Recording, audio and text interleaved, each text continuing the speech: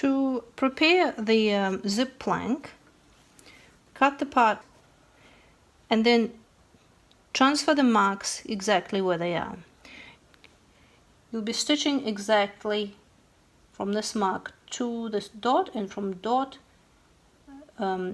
vertically up. The plank has been stitched in the angle from the top and the bottom part as well. Now we need to trim the corner and fold this part out.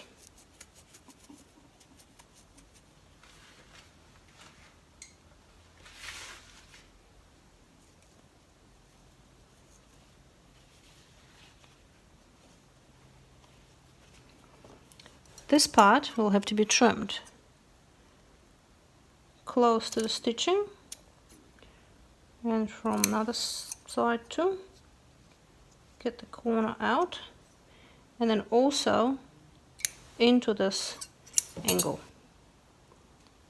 Now I'll trim this little thing here and I'll turn it to the right side, and you'll see that we have this right corner.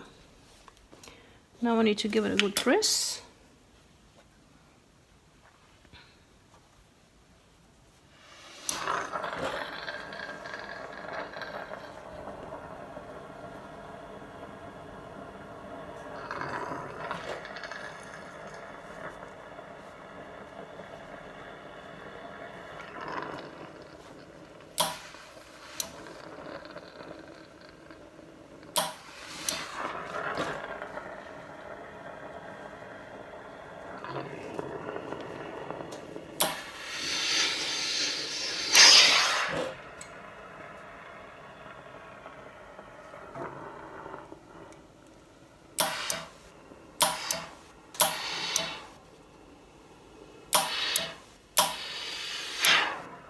Okay, and the last step is to overlock the long edge.